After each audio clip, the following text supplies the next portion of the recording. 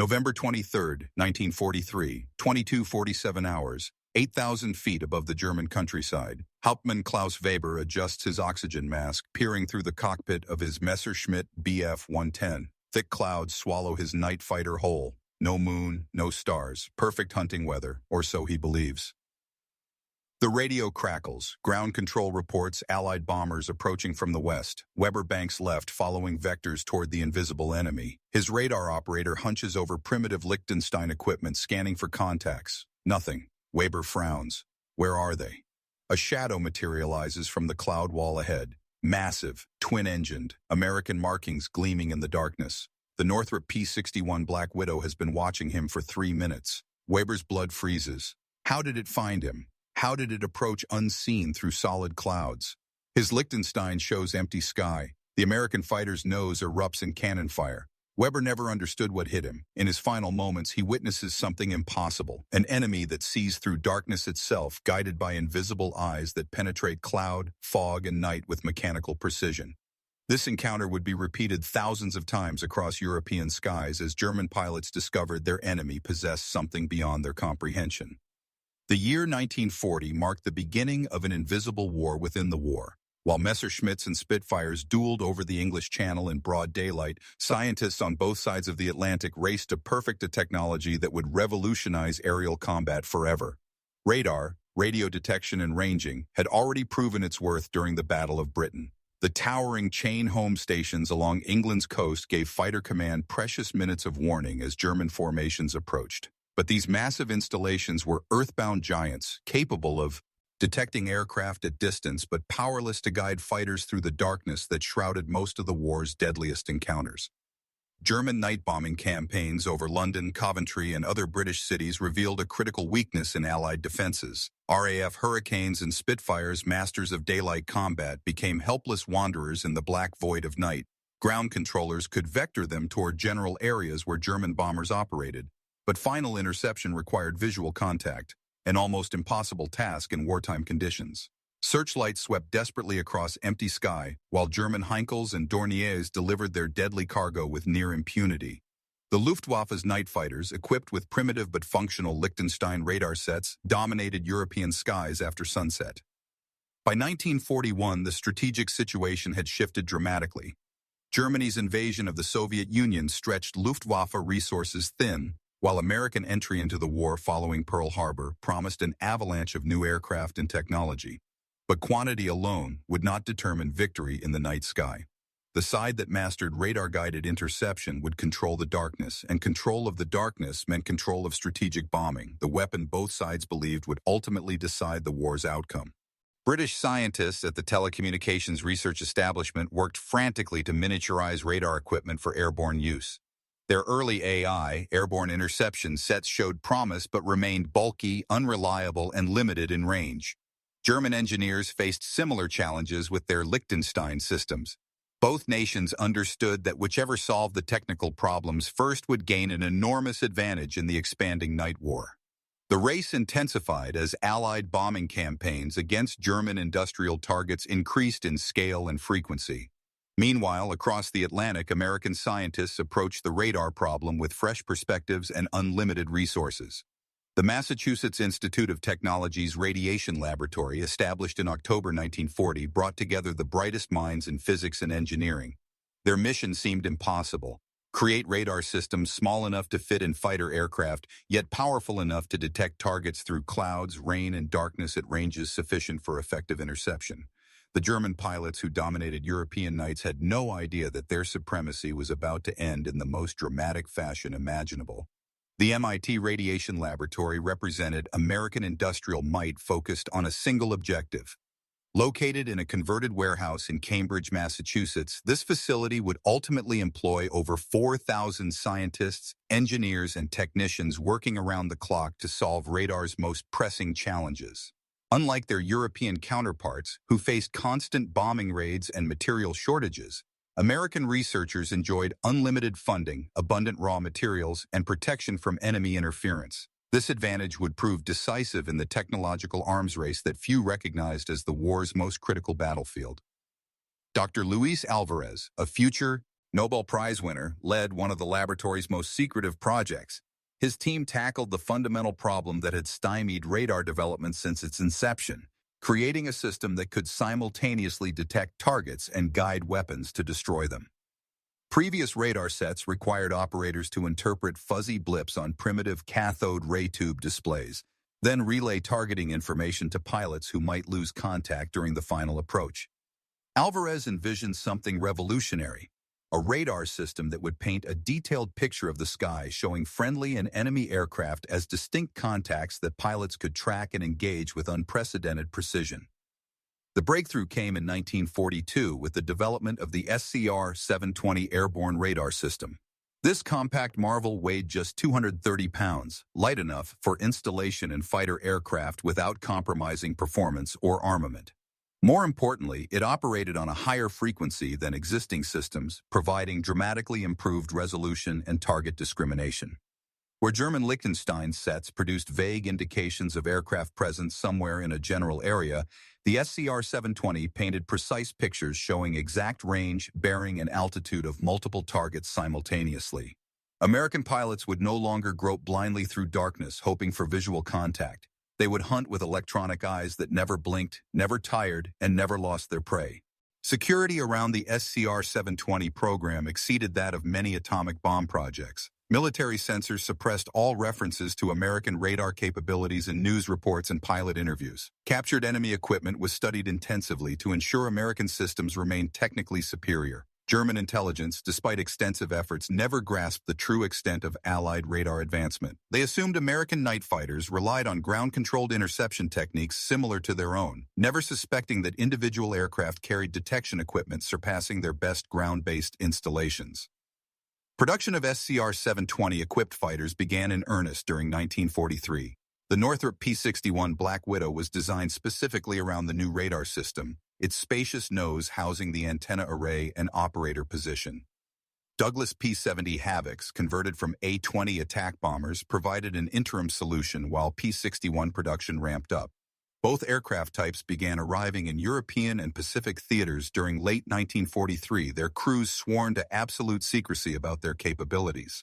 German pilots, accustomed to hunting Allied bombers with minimal interference from night fighters, were about to encounter an enemy they could neither see nor understand, an enemy that would systematically destroy their control of the night sky. Lieutenant Robert Henderson pressed his face against the radar scope, watching green blips crawl across the circular display. 23 years old from a small town in Iowa, Henderson had never seen anything more complex than a farm radio before the war. Now he operated one of the most sophisticated electronic systems ever created, guiding his P-61 through German-controlled airspace with the precision of a surgeon. The human dimension of radar warfare extended far beyond technological marvels. It required young men to master equipment that challenged the finest engineering graduates, then use that knowledge in life-or-death situations where mistakes meant certain death. Henderson and thousands like him represented a new breed of warrior, part pilot, part technician, part electronic wizard. The psychological impact on aircrew was profound. Traditional fighter pilots relied on instinct, reflexes, and visual acuity developed through years of training. Radar operators needed different skills entirely. They interpreted electronic signals, calculated intercept courses, and guided their pilots toward targets that remained invisible until the final moments of engagement. This demanded absolute trust between crew members. Pilots had to follow directions that seemed to lead nowhere, banking and climbing based solely on their operator's interpretation of electronic blips. Many experienced aviators initially resisted radar-equipped aircraft, preferring to trust their eyes rather than mysterious electronic boxes that might malfunction at critical moments. From a tactical perspective, airborne radar transformed every aspect of night combat. Pre-radar interceptions required extensive coordination between ground controllers, searchlight crews, and fighter pilots. Success rates remained dismally low. British night fighters achieved perhaps 1 kill per 100 sorties during 1940 to 41. Radar-equipped American fighters reversed these statistics almost immediately. P-61 squadrons averaged 1 kill per 10 sorties, with some achieving even higher success rates. More importantly, they could engage multiple targets during single missions, systematically destroying entire German formations that previously operated with impunity. The technological advantage extended beyond simple target detection. American radar systems incorporated features that German engineers never imagined possible. The SCR-720 could track targets flying below the radar-equipped fighter, eliminating the traditional advantage of altitude. It distinguished between aircraft types based on radar signature, allowing operators to identify bombers, transports, and fighters before visual contact. Most remarkably, it continued functioning in weather conditions that grounded all other aircraft. German pilots discovered that clouds, rain, and fog, their traditional allies, now worked against them. American fighters hunted effectively in conditions that reduced visibility to zero, appearing from nowhere to deliver precise, devastating attacks. General Henry Hap Arnold, commanding the Army Air Forces, understood radar's strategic implications better than most military leaders. He pushed for rapid deployment of radar-equipped night fighters despite resistance from traditionalist officers who questioned the new technology's reliability. Arnold recognized that control of night skies directly determined the success of strategic bombing campaigns.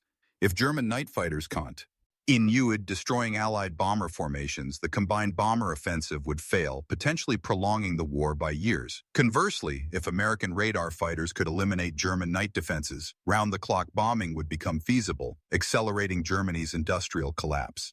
German pilot testimony reveals the enemy perspective with startling clarity. Oberst Wolfgang Falk, commander of the Luftwaffe's night fighter forces, initially dismissed reports of American radar capabilities as combat exaggeration. Experienced pilots claimed enemy fighters were tracking them through solid cloud cover, engaging with perfect accuracy in zero visibility conditions. Falk attributed these accounts to combat stress and inexperience. Only after losing dozens of his best crews did he begin investigating seriously. Intelligence reports proved contradictory and incomplete. Some suggested Americans had developed improved ground control techniques. Others hinted at airborne detection equipment. None prepared German forces for the reality they would soon face. The intelligence dimension added layers of complexity to the radar war. Both sides employed elaborate deception measures to conceal their true capabilities. Americans went to extraordinary lengths to protect SCR-720 secrets. Damaged radar sets were destroyed rather than risk capture. Crews received detailed briefings on security procedures, with strict orders to avoid any mention of radar capabilities if shot down. Cover stories attributed successful interceptions to improved tactics, better training, or lucky visual contacts. German intelligence agencies, already overwhelmed by multiple fronts and partisan activities, failed to penetrate American security measures effectively. Moral and ethical considerations emerged as radar warfare intensified. Traditional air combat involved visible opponents engaged in recognizable duels of skill and courage. Radar-guided attacks seemed almost unfair to pilots raised on chivalrous notions of aerial combat. German aircrew complained bitterly about invisible enemies who struck without warning from impossible positions. Some American pilots initially felt uncomfortable with their overwhelming technological advantage, comparing radar-guided kills to shooting fish in a barrel. These concerns faded quickly as combat experience demonstrated German willingness to exploit any advantage available to them. War, both sides learned, rewarded effectiveness over fairness. March 15, 1944, 01:30 hours. Captain Charles Johnson banks his P-61 Black Widow into a steep climbing turn following vectors from his radar operator. Sergeant Mike O'Brien hunches over the SCR-720 scope, tracking 3 German contacts approaching from the northeast. Bandits bearing 045, range 12 miles, altitude Angels 15, O'Brien reports calmly. Johnson acknowledges, advancing throttles to maximum power. Below them, a formation of RAF Lancasters drones toward Cologne, their bomb bays loaded with incendiaries destined for German industrial targets. Protecting those bombers is Johnson's mission, a mission made possible by technology the enemy cannot comprehend. The German formation consists of 3 Messerschmitt Bf 110 night fighters, vectored toward the bomber stream by ground control. Hauptmann Ernst Müller leads the formation, confident in his crew's ability to intercept the British raiders. His Liechtenstein radar operator reports intermittent contacts ahead, typical of the fuzzy returns their equipment provides. Muller assumes he faces the usual challenge, finding bombers in darkness using primitive detection gear, the enclosing for visual identification before engaging. He has no idea that an American fighter has been tracking his formation for 8 minutes, plotting an interception with mathematical precision. O'Brien's voice cuts through the cockpit noise. Bandits now bearing 038, range 8 miles, closing fast. They're in trail formation, probably night fighters heading for the bomber stream. Johnson adjusts course slightly, bringing his aircraft's nose toward the intercept point his radar operator calculated. The P-61's 420mm cannons are armed and ready. Unlike German night fighters, which carry a mix of cannon and machine guns optimized for destroying bombers, the Black Widow mounts weapons specifically designed for air-to-air combat. Its firepower advantage, combined with radar guidance, makes it a supremely effective hunter-killer. At 5 miles range, Johnson's radar picks up the German formation directly. O'Brien fine-tunes the intercept, guiding his pilot toward the trailing enemy aircraft. "Take him from below and behind," he suggests. "The other two won't see muzzle flashes until it's too late." Johnson nods, reducing power and adjusting his approach angle. This represents the revolution in night fighting, precise, calculated attacks replacing the random encounters that characterized earlier aerial combat. Where previous night fighters might spend hours searching for contacts, radar-equipped American aircraft moved directly to engagement range with deadly efficiency.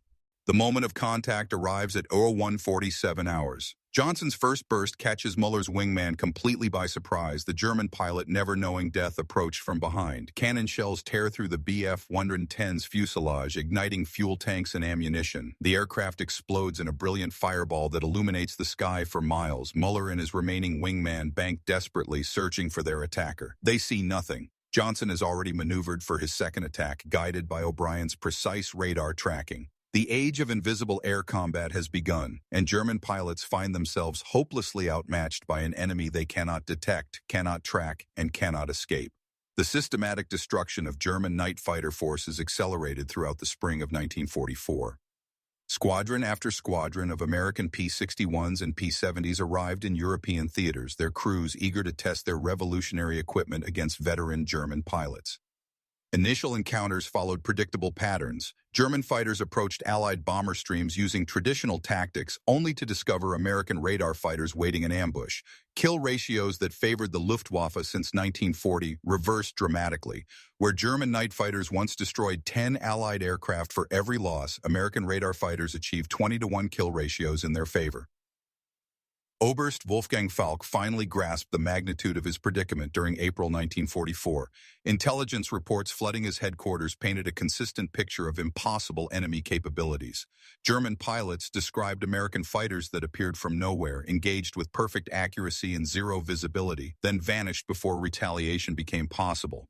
Initially, Falk suspected his pilots were encountering improved British night fighters equipped with enhanced AI radar. The systematic tour of German losses suggested otherwise. This was American technology, and it surpassed anything European scientists had achieved. Desperate countermeasures began immediately. German engineers worked frantically to improve Liechtenstein radar performance, but fundamental technical limitations prevented significant advancement. Their equipment operated on frequencies that provided poor resolution and limited range. More critically, German radar sets could not track targets below the aircraft carrying them, a fatal disadvantage when facing American fighters that attacked from below. Luftwaffe pilots received new tactical instructions emphasizing evasive maneuvers and formation flying, but these measures proved inadequate against enemies who detected them at ranges exceeding visual contact by miles. The breaking point came during the massive air battles surrounding D-Day preparations. American radar fighters decimated German night fighter units attempting to intercept Allied bombers attacking transportation targets throughout occupied Europe. In a single week during May 1944, P-61 squadrons destroyed over 200 German aircraft while losing fewer than 10 of their own. These statistics represented more than tactical victories. They demonstrated complete technological supremacy in one of warfare's most demanding environments. German night fighter effectiveness collapsed so completely that Luftwaffe commanders began withdrawing surviving units from combat zones. Heinrich Himmler himself demanded explanations for the Luftwaffe's sudden impotence. SS intelligence officers launched investigations into possible sabotage or treason within German ranks. They could not accept that American technology had achieved such overwhelming superiority. The truth proved even more disturbing than sabotage.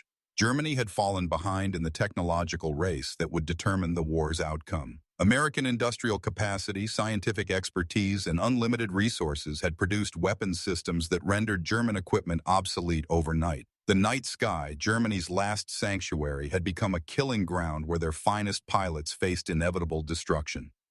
By August 1944, German night bomber operations against Britain had ceased entirely. The Luftwaffe's once formidable night fighter force existed only on paper. Surviving aircraft remained grounded for lack of experienced crews. American radar fighters had systematically eliminated Germany's most skilled night pilots, irreplaceable veterans whose training took years to complete. Their deaths represented more than tactical losses. They embodied the collapse of German technological confidence that had driven early war successes. Statistics told the story with brutal clarity. Over 800 German night fighters destroyed in 4 months compared to 47 American radar-equipped aircraft lost to all causes. The psychological impact on surviving German aircrew proved devastating. Pilots who had terrorized Allied bomber crews for 3 years now refused night missions, claiming equipment malfunctions or requesting transfers to day fighter units. Those who continued flying adopted ultra-defensive tactics, abandoning attacks at the first sign of possible radar contact. Luftwaffe morale reports described widespread radar anxiety among night fighter personnel, a condition resembling combat fatigue, but triggered specifically by fear of invisible enemies. German propaganda, which had celebrated night fighter aces as modern knights, quietly stopped mentioning night operations entirely. Allied bomber crews noticed the change immediately. RAF Lancasters and Stirlings, previously mauled during night missions over Germany, suddenly encountered minimal opposition. American B-24 Liberators began flying night missions without fighter escort, confident that German interceptors no longer posed significant threats. Bombing accuracy improved dramatically as crews no longer needed to take evasive action during attack runs. Target after target fell to concentrated bombing campaigns that would have been impossible without American radar fighters clearing the night skies. German industrial production, already strained by round-the-clock bombing, collapsed under the relentless pressure. Factories that had relied on darkness for protection found themselves vulnerable to precision attacks conducted in weather conditions that previously guaranteed safety. The Ruhr Valley, heart of German steel production, suffered devastating raids that crippled armament manufacturing. Oil refineries, chemical plants, and aircraft factories operated at drastically reduced capacity as skilled workers fled urban areas to escape the intensified bombing campaign. Intelligence reports reaching German high command painted an increasingly desperate picture. American radar technology exceeded German capabilities by margins previously thought impossible. Captured equipment revealed engineering sophistication that German scientists could not replicate with available resources. More troubling still, American production rates suggested unlimited availability of these revolutionary systems. Where Germany struggled to equip a few dozen night fighters with primitive radar, Americans were producing hundreds of aircraft carrying equipment that surpassed the best German ground-based installations. The technological gap had become an unbridgeable chasm that would only widen as American industrial capacity reached full wartime output. The strategic implications extended far beyond the European theater. American radar-equipped night fighters deployed to the Pacific achieved similar dominance over Japanese forces. P-61 Black Widows operating from newly captured island bases systematically destroyed Japanese night bombers attempting to attack Allied shipping and installations. The Japanese, like their German allies, possessed no effective countermeasures against American radar technology. Their traditional tactics, developed for fighting opponents with similar capabilities, proved suicidal against enemies who detected them at impossible ranges and engaged with mechanical precision. Soviet forces, despite being allies, watched American radar demonstrations with mixture of admiration and concern. Stalin's intelligence services launched intensive efforts to acquire American radar technology through espionage and reverse engineering. They understood that post-war confrontation with the United States would require technological parity in advanced weapons systems. The emergence of American radar supremacy foreshadowed future conflicts where technological advantage would prove more decisive than numerical superiority or tactical innovation. Post-war interrogations of captured German officers revealed the full extent of enemy confusion about American capabilities. Many refused to believe that individual aircraft carried radar systems surpassing their best ground installations. Some attributed American success to secret air bases in neutral countries, allowing closer approach to German formations. Others suspected breakthrough developments in infrared detection or sound-ranging equipment. Few grasped that Americans had achieved quantum leaps in electronics miniaturization and signal processing that rendered previous technology obsolete. The broader implications for warfare itself became apparent as military analysts studied radar's impact on combat effectiveness. Traditional concepts of air superiority, based on pilot skill and aircraft performance, had been superseded by electronic warfare capabilities. Future conflicts would be won by nations possessing superior sensors, communications, and fire control systems rather than those with the most aircraft or best-trained pilots. The age of electronic warfare had begun, driven by American innovations that transformed theoretical concepts into battlefield realities.